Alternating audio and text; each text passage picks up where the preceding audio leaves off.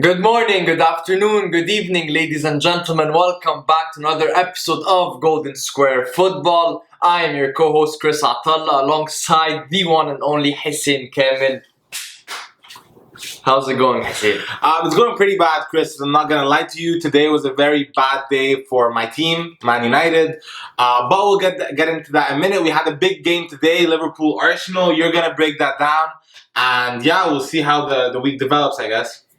First thing we'll talk about is, of course, the Liverpool Arsenal game, one of the games of the weekend, based on paper.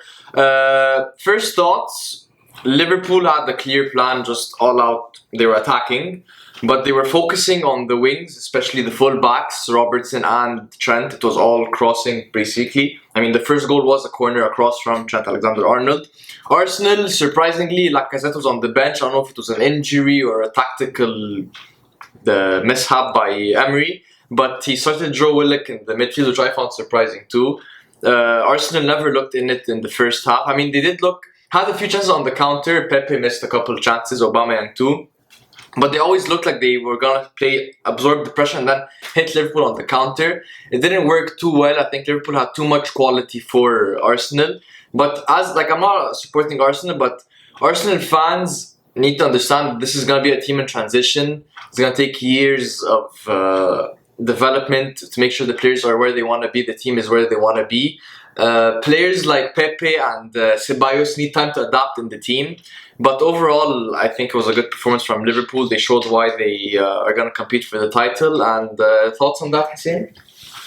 Yeah, that was pretty well said. I think Liverpool played a very complete game.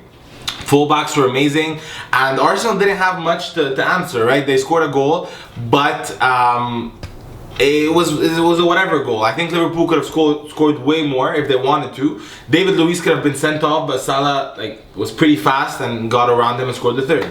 But now I'm gonna break into the shambolic performance at Old Trafford by Man United to lose for the first time ever to Crystal Palace, a team that looked horrible against Sheffield United last week.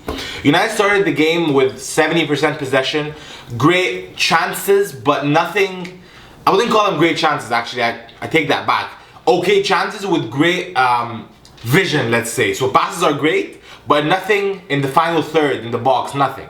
And whatever ball from their goalkeeper, Lindelof has no strength in the air. Jordan Schlupp gets up, wins the header very easily. Maguire is so far left because at that time Luke Shaw was a bit hurting, so he was covering Luke Shaw a bit.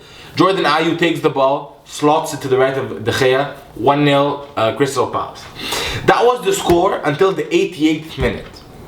Up until Daniel James scored a goal, great finish, top left. We had a feeling, the people I was watching with, even the commentators, that United would take it from there and win. But as you have it, Patrick Van Aanholt shoots a ball, again, nothing ball. Pogba loses it in the middle of the field.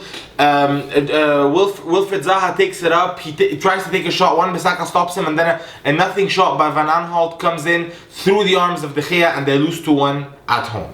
My problems with the game. So like I was saying, United had a lot of chances. They had a missed penalty shot. Rashford shot it way better than Pogba last week, but he hit the right upright.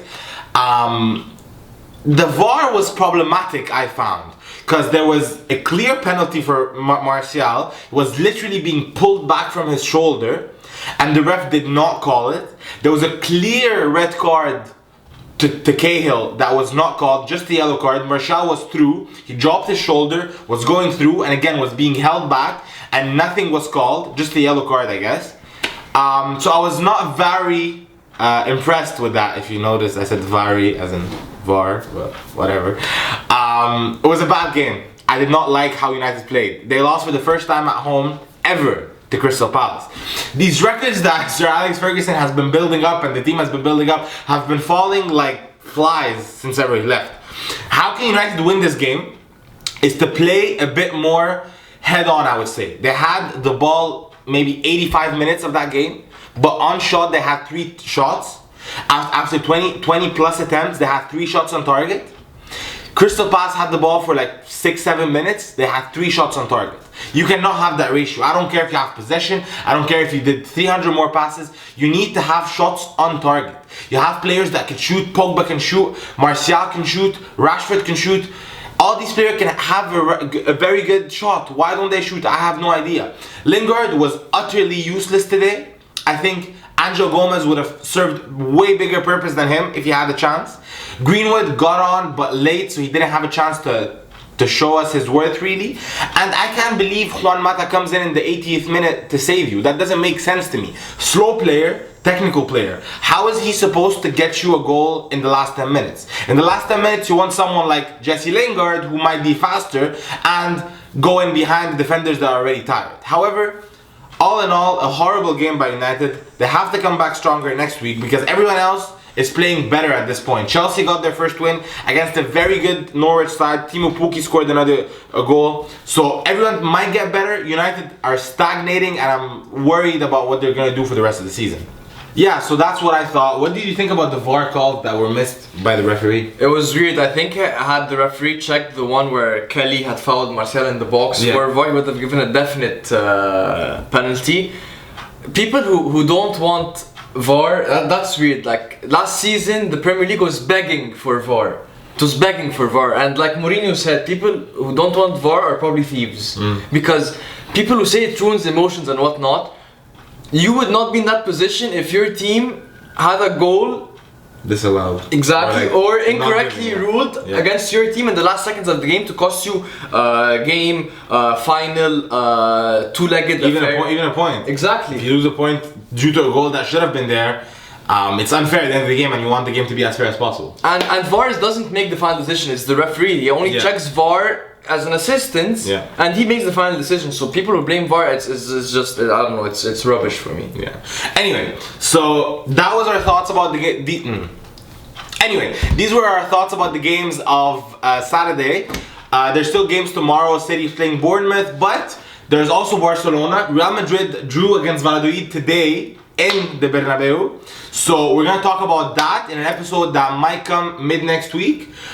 In the meantime, if you like the episode, please put a thumbs up, subscribe, comment your thoughts about VAR, about Man United, about anything, and subscribe once again if you haven't. See you next time. Peace.